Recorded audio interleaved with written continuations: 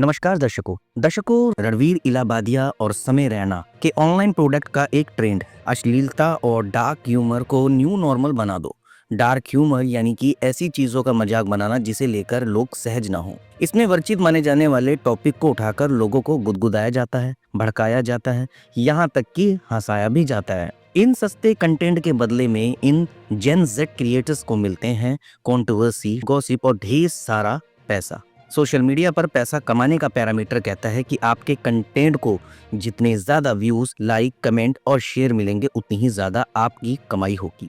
Content की quality पर तो वैसे भी कोई चर्चा करता ही नहीं है, बस सारा फोकस तो इन एडल्ट कंटेंट पे ही रहता है। कॉमेडियन समय रैना के शो इंडियाज गॉट टैलेंट पर रणवीर इलाहाबादिया द्वारा मम्मी पापा के रिश्ते को लेकर किया गया कमेंट ऐसा ही एक भद्दा मजाक है। रणवीर इलाहाबादिया ने अपनी वेबसाइट बियर बाइसेप्स पर अपना परिचय कराते हुए लिखा है, मेरी जिंदगी का सिंपल रूल है टू एक्सप्लोर द अनएक्सप्लोर्ड। इस कथित अनएक्सप्लोर को एक्सप्लोर करने के चक्कर में रणवीर इलाहाबादिया ने सोशल मीडिया पर छोटी सी प्रेजेंस में बहुत सारे विवाद पैदा कर दिए। इसके अलावा रणवीर कहते हैं कि मैं डॉक्टर के परिवार वालों से आता हूँ, लेकिन मुझे पता था मैं इस फील्ड में नहीं आ पाऊंगा, तो मैं इंजीनियरिंग करने लगा। इसी दौरान मेरा ब्रेकअप हो गया।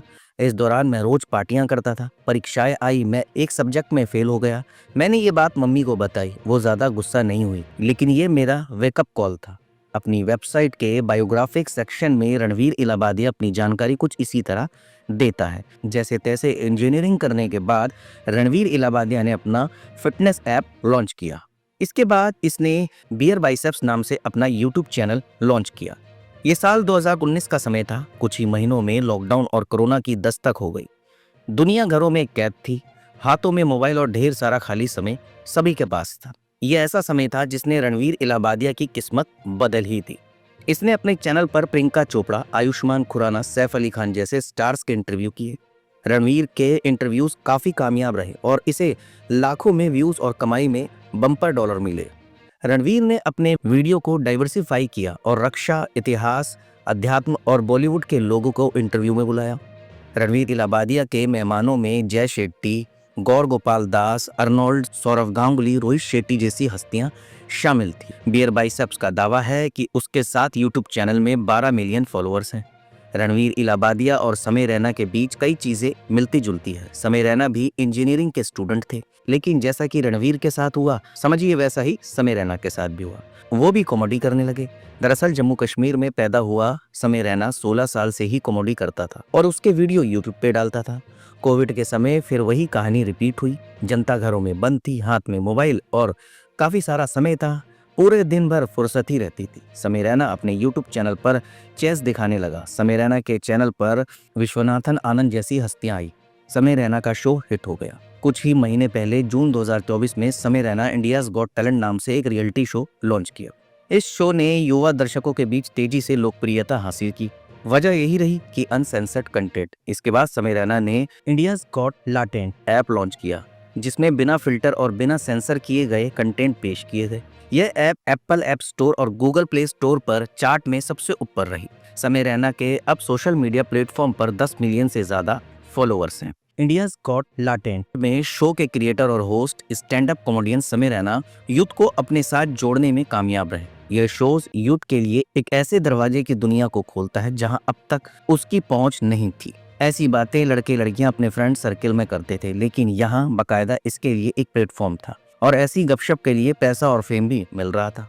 अपोजिट सेक्स के साथ बेझिझक, बेबाक और उन्मुख संवाद ने इस प्रोग्राम को और इसके जैसे कई प्रोग्राम को खूब सारे व्यूज दिए। शो में समय रैना का कंटेस्टेंट को रोस्ट करना, उनके साथ मजाक करना, उनकी फंतासी को पब्लिक करने पर मजबूर करना और अनफिल्टर्ड ह्यूमर का इस्तेमाल करना दर्शकों को हंसाने के लिए। ये शो कई बार विवादास्पद रहा।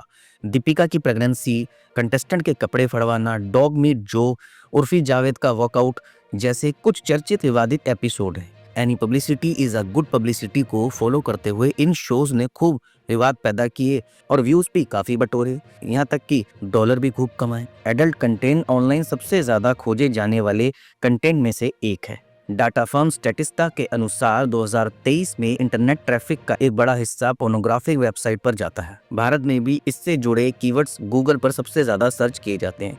खासकर 18 से 34 साल के बीच इन शोज के टारगेट ही ऐसे एज ग्रुप के लोग होते हैं।